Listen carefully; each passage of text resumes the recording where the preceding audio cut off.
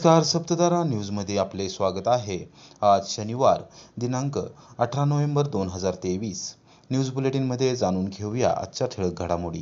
तुम्ही केवळ जामिनावर बाहेर आहात असे भाजपने धमकावल्यानेच मंत्री छगन भुजबळ हे मराठा आरक्षणावर बोलतात। शिवसेना आमदार भास्कर जाधव यांची टीका। सर्वच समाज घटकांनी शांततेचा मार्ग अवलंबण्याचे आवाहन। भाजपसह केंद्र आणि राज्य सरकारवर जोरदार टीका। राज्यात मंत्रिपद भूषवित असलेले छगन भुजबळ हे मंत्रिमंडळ बैठकीत शांत बसतात, मात्र बाहेर जाहीररित्या मराठा आरक्षणावर बोलून जातीमध्ये तेढ निर्माण करत आहेत। त्यांचा बोलविता धनी वेगळाच असून तुम्ही केवळ जामिनावर बाहेर आहात असे भाजपने धमकावले असल्याची शक्यता नाकारता येत नाही। मराठा आरक्षणाविषयी सर्वच जण गंभीर आहेत, मात्र सर्वच समाज घटकांनी शांततेच्या मार्गाने वाटचाल ठेवली पाहिजे अशी अपेक्षा शिवसेनेचे नेते आमदार भास्कर जाधव यांनी व्यक्त केला। दरम्यान त्यांनी भाजपसह केंद्र आणि राज्य सरकारवर जोरदार टीका केली।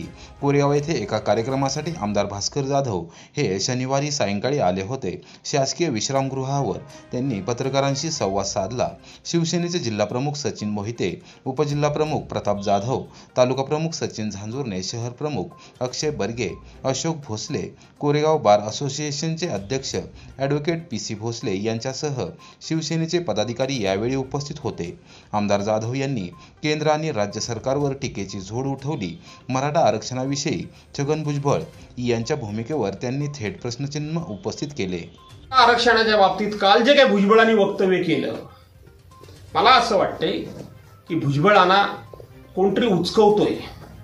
भुजबळांना या राज्यामध्ये जातीमध्ये काही दंगली घडवायचे आहेत का, हे आता भुजबळांना विचारायची वेळ आलेली आहे। ज्या आवेशामध्ये, ज्या जोशामध्ये भुजबळांनी आव्हानात्मक भाषा केली, काय गरज काय होती भुजबळांना आव्हानात्मक भाषा करायची? भुजबळ हे स्वतः मंत्री आहेत। तुम्ही मंत्रिमंडळाच्या मध्ये आतमध्ये समितीमध्ये किंवा बैठकीमध्ये ठरतं तिथं तुम्ही विरोध करत नाही, तिथं मात्र त्या भूमिकेला तुम्ही पाठिंबा देता आणि बाहेर आल्यानंतर अशी राणा भीमदेवीच्या थाटामध्ये भाषणं करता। मला असं वाटतंय किंवा माझं चुकावं, माझं बरोबर असं वाटत नाही। भुजबळांचा बोलविता धनी कोणतरी दुसरा आहे।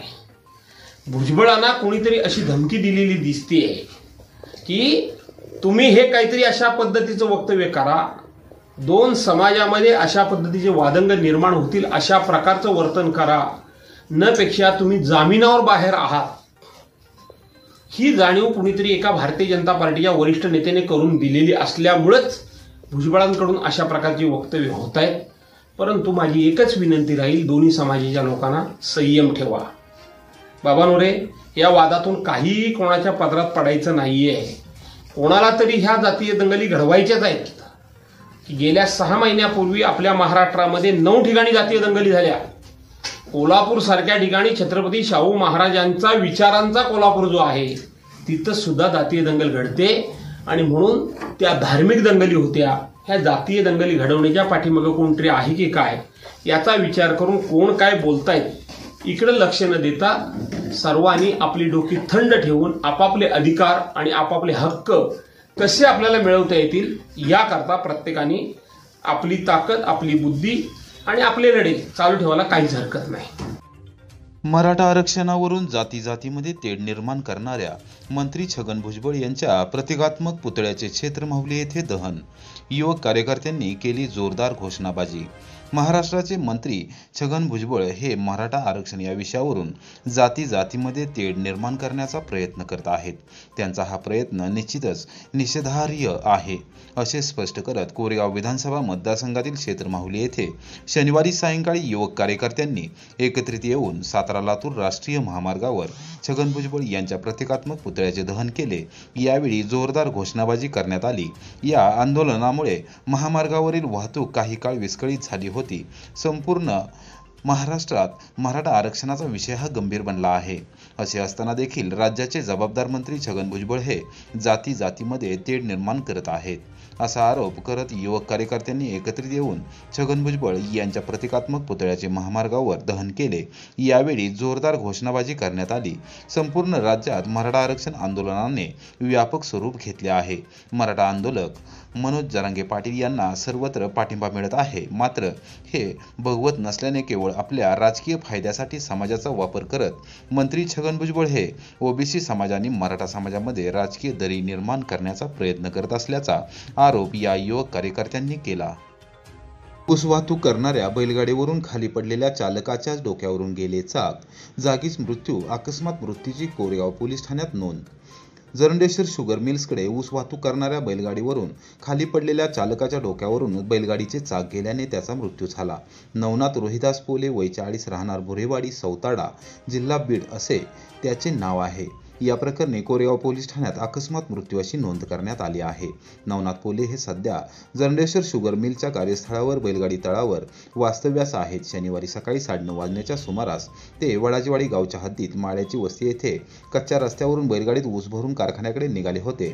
त्याच वेळी अचानक तोल गेल्याने ते खाली पडले आणि त्याच बैलगाडीचे तिरकस चाक त्यांच्या पोटापासून ते डोक्यापर्यंत गेल्याने त्यांचा मृत्यू झाला।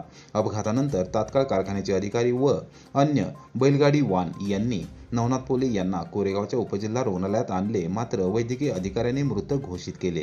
या प्रकरणी अंबादास हराळ यांनी दिलेल्या फिर्यादीवरून कोरेगाव पोलीस ठाण्यात अकस्मात मृत्यू अशी नोंद करण्यात आली आहे। हवालदार राहुल कुंभार तपास करत आहेत। ज्या शाळेने घडविले त्या शाळेचे ऋण कधीही विसरू नका। श्री स्वामी विवेकानंद शिक्षण संस्थेचे सहकार्यवाह प्राध्यापक डॉक्टर राजेंद्र शेजवळ।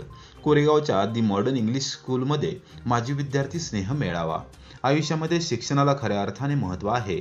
जगात कोणत्याही क्षेत्रात जा, तेथे शिक्षण असल्याशिवाय पर्याय नसतो। शिक्षण ही ज्ञानाची गंगा असून ज्या शाळेने आपल्याला घडविले त्या शाळेचे ऋण आयुष्यात कधीही विसरू नका, असे आवाहन श्री स्वामी विवेकानंद शिक्षण संस्थेचे सहकार्यवाह प्राध्यापक डॉक्टर राजेंद्र शेजवळ यांनी केले।